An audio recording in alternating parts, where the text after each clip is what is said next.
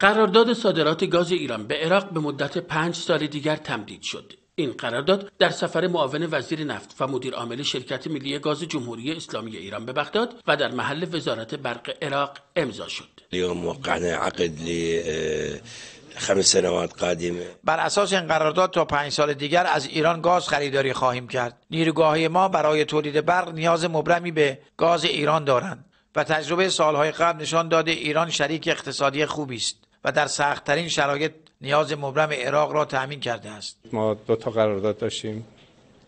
قرارداد بغداد که از جولای 2017 آغاز شده بود و همچنین قرارداد بصره که از ژوئن 2018 آغاز شده بود و ادامه داشت.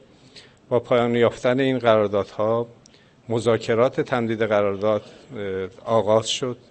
چند دور ما مذاکره داشتیم در تهران و در بغداد و الحمدلله امروز نهایی شد. ما از ابتدای قرارداد بغدادمون تا کنون و همچنین قرارداد بصره مجموعاً حدود 52 میلیارد متر مکعب گاز ما به عراق صادر کردیم به ارزش حدود 15 میلیارد دلار.